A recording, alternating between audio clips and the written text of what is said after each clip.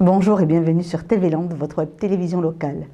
Nous commencerons l'édition de ce lundi 22 juin par une exposition sur la permaculture et les explications de cet art de vivre par le président de l'association Escambis.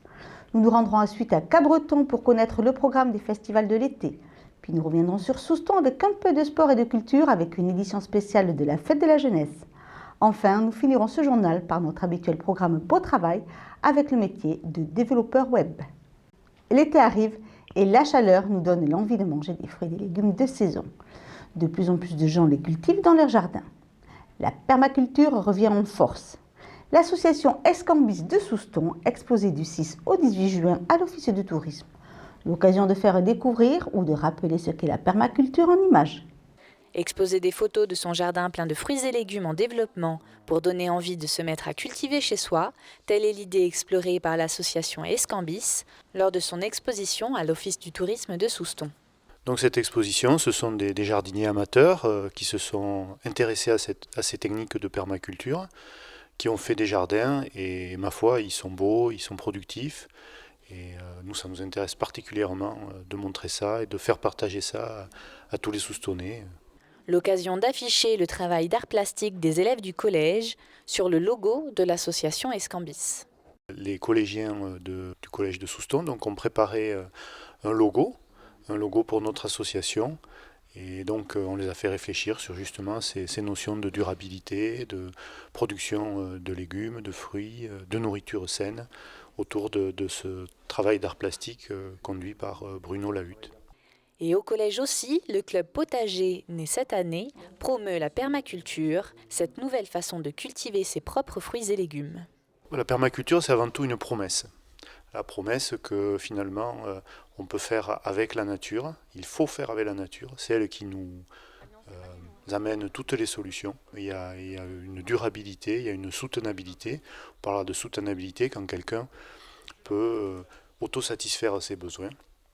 Au-delà de ça, la permaculture, c'est aussi une façon de vivre, c'est une éthique, une rencontre avec les autres, c'est s'appuyer sur les bonnes plantes, sur la complémentarité, le compagnonnage entre plantes, le travail en synergie avec l'arbre. L'arbre est quelque chose d'essentiel en permaculture. Aujourd'hui, c'est un espoir de voir arriver d'autres techniques, d'autres solutions qui finalement ne sont pas nouvelles, elles reviennent vers des solutions que nos pères et nos grands-pères appliquaient.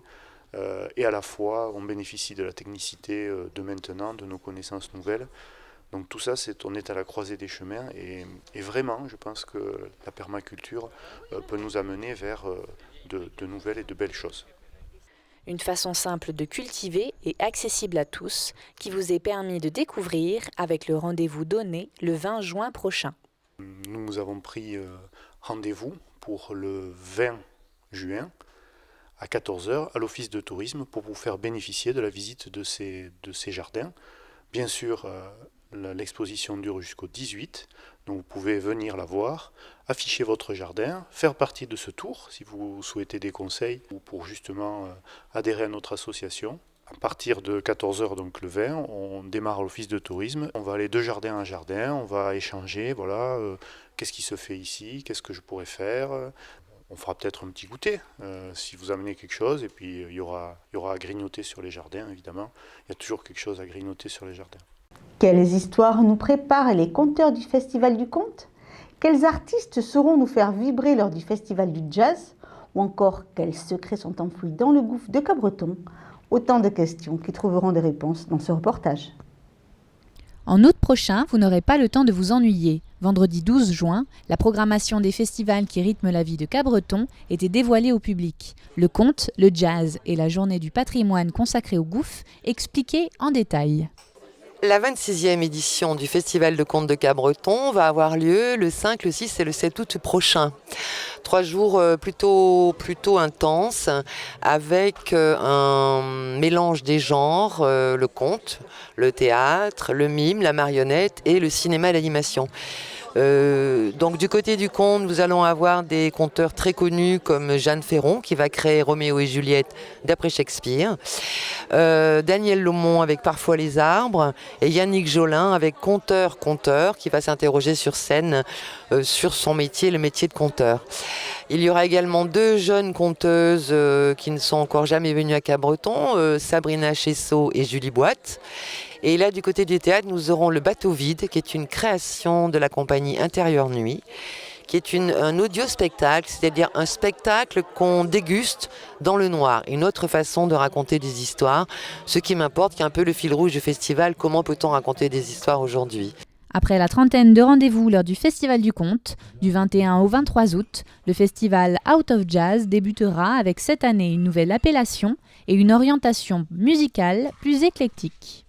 Ce qui m'intéressait, c'était de pouvoir, dans le cadre de ce programme, me faire appel à des artistes qui sont allés piocher dans leur inspiration, piocher des ingrédients qui sont propres au jazz, et inversement des artistes qui sont très clairement, qui font partie très clairement de cette famille du jazz, mais qui sont allés un petit peu à la lisière du jazz aussi pour revenir avec d'autres sources d'influence. Ainsi, par exemple, le premier soir à la salle des Bourdaines, nous aurons Morane, qui pour la circonstance va élargir son répertoire entre la world et le jazz.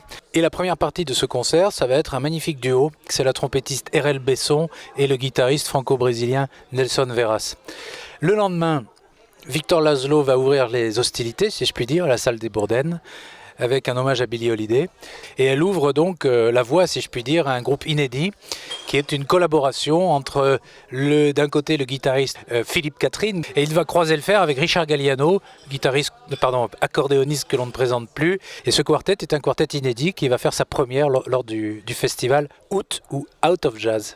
Ne pas oublier, bien sûr, le festival Off, qui est très in cette année, parce qu'il y a de véritables pointures qui vont s'y produire, dont en particulier le guitariste Jean-Marie Écaille, mais aussi d'autres groupes que l'on dit entre guillemets locaux, que ce soit ceux qui sont des déambulateurs, des fanfares festives un peu funky, ou des groupes qui proposent un répertoire un petit peu plus dans le jazz.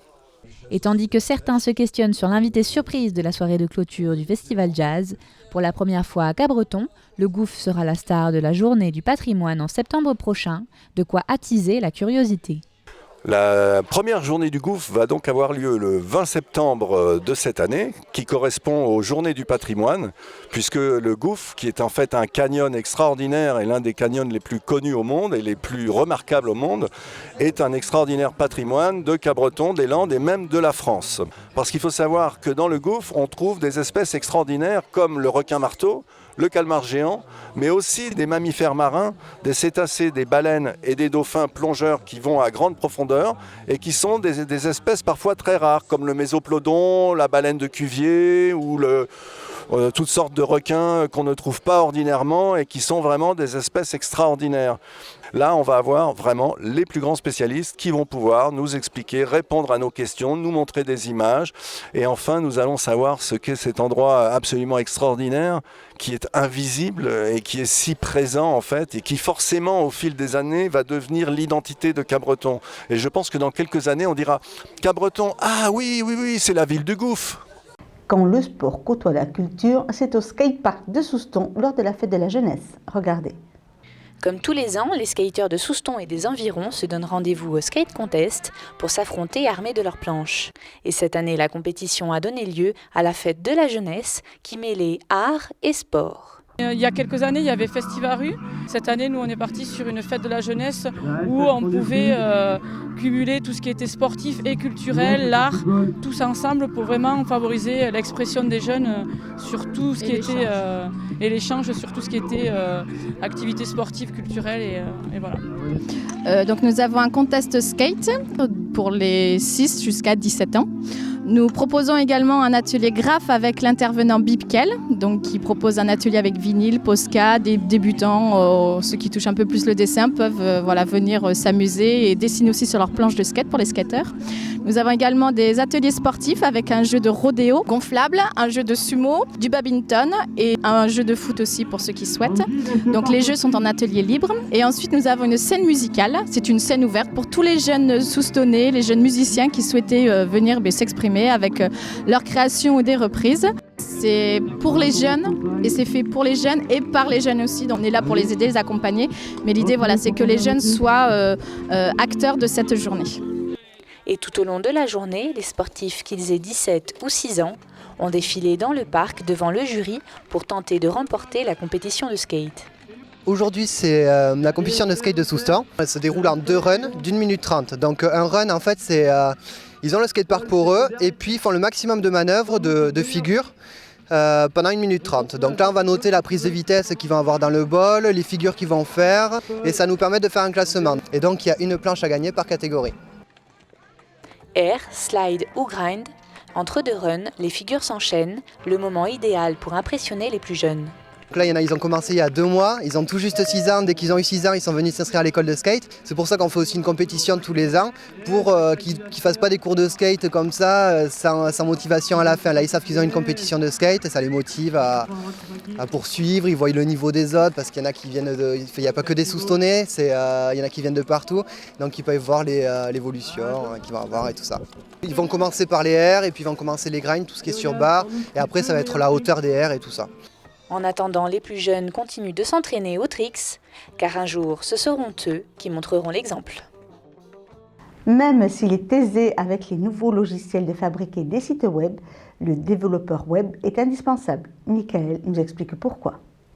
Michael a 28 ans, il aime la salsa, voler en ULM et surtout son métier. Michael est développeur web.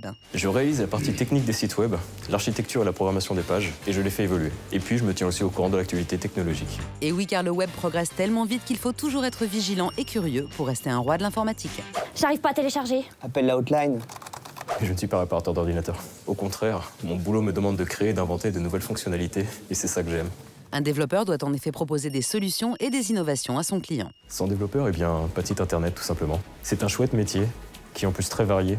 Tout change d'un site à l'autre, donc c'est vraiment agréable. Après un BTS et un master en alternance, Michael a tout de suite travaillé et gagne aujourd'hui plus de 3 000 € par mois. 15 000 postes de développeurs sont à pourvoir chaque année, alors franchement, si c'est pas un beau travail, ça... Sans réparateur, c'est utile aussi. C'était Beau Travail avec le MEDEF. Pour la temporada d'Aquoise, 3 nobiliades sont programmées. Pour les ferias, les Français Thibaut Garcia, Adrien Salenc et les Espagnols Ivan González, Ángel Teles et Romero Campos affronteront les nobilios de Baltasar Iban. Les finalistes se retrouveront face aux Herales de José Cruz. Pour Toros y Salsa, Álvaro Lorenzo, Roca Rey et Luis Husson affronteront les nobilios del Paralelo. Désormais, des consultations de gynécologie obstétrique sont organisées 1 fois par semaine le jeudi à la maison médicale d'Angresse. Elles sont assurées par des membres de l'équipe du service de gynécologie obstétrique du centre hospitalier de Dax-Côte d'Argent. Ces consultations avancées ont pour but d'offrir à la population du Sud-des-Landes un accès facilité à la prise en charge de leurs besoins gynécologiques et obstétricaux. Voilà, cette édition est maintenant terminée. Je vous remercie de nous avoir suivis. En attendant de vous retrouver mercredi sur TV Land, votre web télévision locale, je vous souhaite de passer une excellente journée.